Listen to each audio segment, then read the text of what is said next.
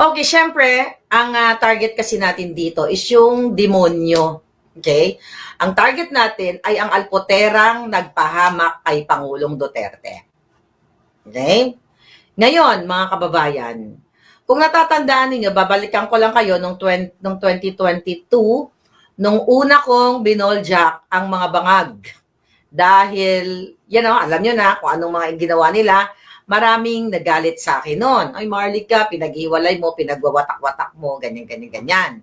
'Di ba? Pinabayaan ko lang sa'yo. Sabi ko sa inyo, one day you will realize, yung sinasabi ko. And look at what happened now with Pangulong Duterte. Sa lahat sa atin na ginigipit ng mga bangag. Hindi ba totoo yun? Ngayon, kayo ay nililihis ng landas ng mga double agent na tinatawag. Double agent o yung pinamumunuan ni Alpotera. Now, ngayon, mga palangga, nakita nyo na kung paano, madam, bakit ba nila ayaw kay Ma'am Hanelet? Ito nga, isa-isahin natin yung mga pinapakalat ni Alpotera ngayon. Number 1, inilabas natin sa inyo kung ano yung naganap doon sa dahig, kung bakit nagkagulo-gulo. Ulitin ko po, ang issue natin, it's not about personal ni Pangulong Duterte. It's about personal na kadyutahan ni Alpotera. But ito lamang ay kailangan yung malaman dahil nga siya ang punot dulo ng kadyutahan kung bakit nagkakawatak-watak o nagkakaaway-away ang mga tao sa dahig. Yun ang titignan nito. At mamaya masusurpresa kayo. At mag-iisip kayo, tutulungan ninyo ako. Oo nga, So mamaya na yon. Now, mga kababayan, hindi ba nagsimula ang usaping ito dahil nga ayaw ni Alpotera na magsalita kami ni Harry Roque ng antay-bangag na pangit na salita laban sa mga Marcos. Pangit na salita laban kay Amy Marcos na nagbigay ng lechon o kina-question ko nga at ng pakimkim doon sa dahig. Doon tayo, wag kayo lumayo. Yun ang issue. Alright? Yun ang issue. Doon po nagsimula ang lahat. Tandaan ninyo, bago pa ako dumating sa second time na pumunta ako doon, nag-aaway-away na yung mga iro ni Alpotera. Okay? Nag-aaway-away na yung mga minamantikaan niya. Yung mga bunganga galing sa maybe more than 30, kasi yung 30,000 euro na sinasabi ni na pinagmumudmud doon ayon sa ating informante during the time yon nung bago mag-birthday si Inday Sara. Wala pa yung una nang pumunta, wala pa yung mga binibigay doon sa mga iro na mga ngetpa. Huwag po tayo lumihis sa issue. This is not about love life ni Pangulong Duterte. This is about kung sino ang nagkanulo kay Pangulong Duterte, sino ang naglalaro as double agent, o sino ang kunwari nagpapanggap na para sa mga mahal na mga Duterte, mahal na pamilya Duterte, pero kanilang sinisira. Doon tayo. Kasi doon ang punot dulo. Now, ngayon, itong si Alpotera, nagpapakalat, syempre, ng kasinungalingan para i-divert ang issue from sa kadyutahan niya. Okay? Dinadivert niya yung issue doon sa isang itong yung girly, okay? Dahil pinangalanan na yan ng politiko, babasahin ko lang to sa inyo. Ikaw, Alpotera, kadyota-dyotahan ka talagang kahit anong galing mo gumawa ng kwento at magtahi, hindi ka mananalo, girl. Uhubaran ka at kukuyugin ka. Believe me. Okay, believe me. Eto. May article kasi yung di ba una may article yung bilyonaryo, yung about doon sa rumored girlfriend daw ni Pangulong Duterte na girly. Tagal na yun eh.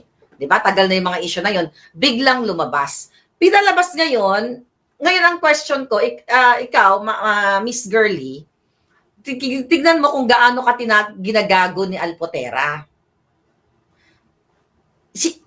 Pinagkakanulukan niya sa mga media, Okay? Sa mga media, para ikaw ngayon ang lumalabas dito na masama or pinapalabas ngayon ng grupo ni Alpotera na ikaw yung tinitira ko. Mali.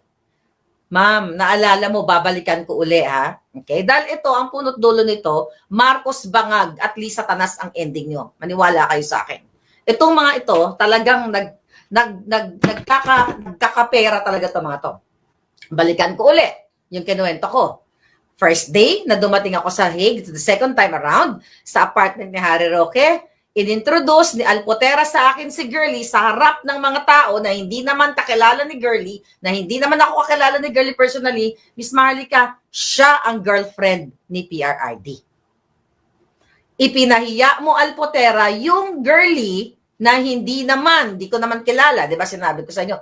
Now ngayon, itong si Alpotera nag-feed ng information para mabaling kay Girlie ang issue. Here's the article.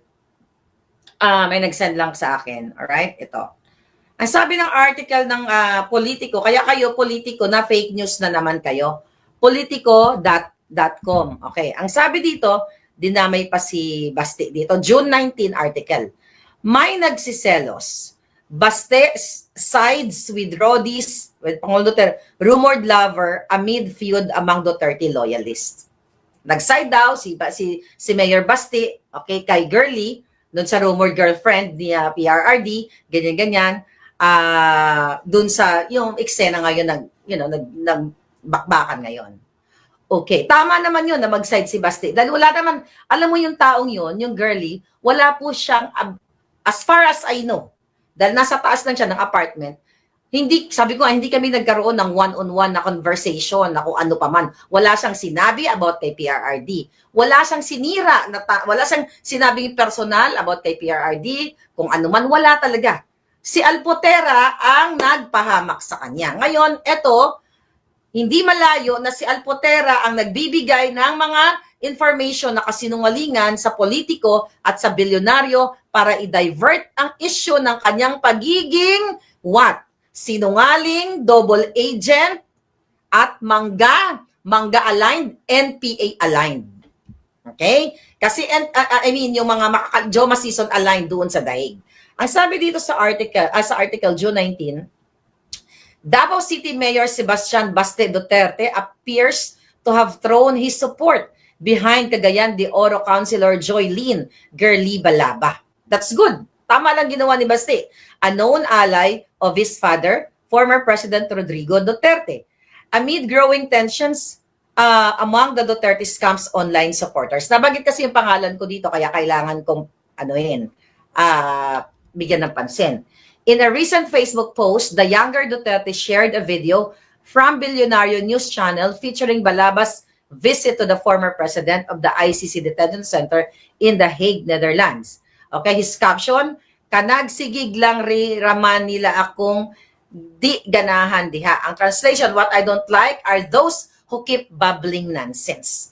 Ang mga nonsense, itong si Alpotera at ang team niya. Dahil pinipilit nila ang kasinungalingan na si Girlie ay tinitira ko. Tignan mo kung gaano kasinungaling. Sabi dito, the post was widely interpreted as a dig and critics of Balaba. Hindi po ako critic at hindi ako hater ni Girlie. Alam ni Girlie yan. Dahil hindi ko kilala si Girlie until na pinakalala siya sa akin ni Alpotera na siya daw ang girlfriend ni PRRD. Kita mo kung gaano kabastos ang babaeng ito na ipahiya itong kaibigan niya, sabi niya kaibigan niya na binitbit niya doon sa dahig para magtandem sila against kay Mama Hanilet. Yan ang katotohanan. Tapusin ko lang. The post widely interpreted as a dig critic of Balaba, particularly online personalities who have recently attacked her. I never attacked Girlie. Kung nakakapalo kayo sa vlog, kasi gumagawa ng kwento si Team Alpotera, never ko inattack si Girlie. Wala po ako. Ang sabi ko nga, di ba, naalala nyo, kawawa naman. Dahil ipinahiya niya doon sa mga iro niya, doon sa dahig, sa harap ng mga iro niya. Okay. Among those echoed Sebastian's sentiment was Duterte supporter. May nag-post daw na Duterte supporter who posted a similar video with the caption, buti pa si Girlie Balaba, friends ni VPSB, ni VPSD. Ang iba dyan nga. Okay? So ngayon, ang sabi dito, the show of support for Balabak comes. The show of support for Balabak comes as vlogger Claire Contreras, known online as Maharlika, continues her online tirades against the counselor. Fake news kayo, politiko. Fake news. So ang nagbigay nito ay si Alpot. Si Alpotera ang nagbigay ng information. Never kong inatake si Miss Girlie. Naawa nga ako sa kanya, ipinagtanggol ko nga siya dun sa harap ng mga iro nung sinabi ni Alpotera na Ma'am Marlica, si Girlie girlfriend ni PRRD. Kaya nga iniba ko yung kwento nandun. Ulitin ko dahil pinangalanan ko naman, nakaupo si Robin Padilla doon. Sabi ko, Sen, yung mga ex mo na lang pag-usapan natin. Dahil ayoko mapahiya si Girlie. Okay? Ayoko mapahiya. Yan ang totoo. So, etong mga balita na to, si Alpoterang duwag na bigatla ang nag-feed nito. So, syempre, yung mga team niya, talagang wala tayong magagawa dyan. Pinakikinabangan niya, so pinakikinabangan siya, kailangan nilang mag-reciprocate. Okay? Hindi kailangan nilang mag-reciprocate sa kanilang Alpotera. Dahil nag-admit naman sila na sila ay Team Alpotera. For the record, kahit balikan niyo yung video ko, hindi ko inatake si Miss Girlie Balaba. Wala nga akong idea kung sino siya until nga na pinakilala ni Tony Alpotera. Now, balik tayo sa real issue. Okay? Natatandaan ninyo nung March 11, nung kinidnap, okay? Nung kinidnap ang Pangulong Duterte. Okay? Mula sa Hong Kong, nag-travel ang Pangulong Duterte sa aeroplano pa lang. Nak-witness nyo lahat yun. Okay? Bago ako magsalita, nag-verify muna tayo ng information. So may tinanong tayong tao, ano ba talaga ang nangyari, personal knowledge nila ito, ano ba talaga yung nangyari doon sa airport? Kasi wala tayo doon hindi natin alam yung mga behind the scenes. Ano po ba talaga ang nangyari?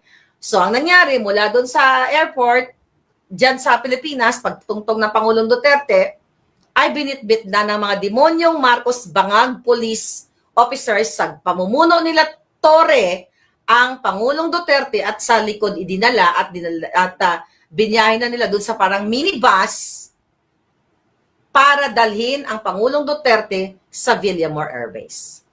For the record, mga kababayan, ayon sa ating informante na nandoon sa minibus, kasi binerify ko, nandoon ba si Alpotera sa loob ng minibus o yung service, yung bus na sinakyan mula airport, mula Ninoy Aquino International Airport na papunta sa Villamor Air Base. Ayon sa ating informanteng lalaki, wala ma'am. Kami-kami lang ang pamilya ni PRRD, si Kitty, si Ma'am Hanilet. Sabi ko, sigurado ka ba? Sigurado ka bang wala si Alpotera doon? Wala po. Kami lang, sila ES, ni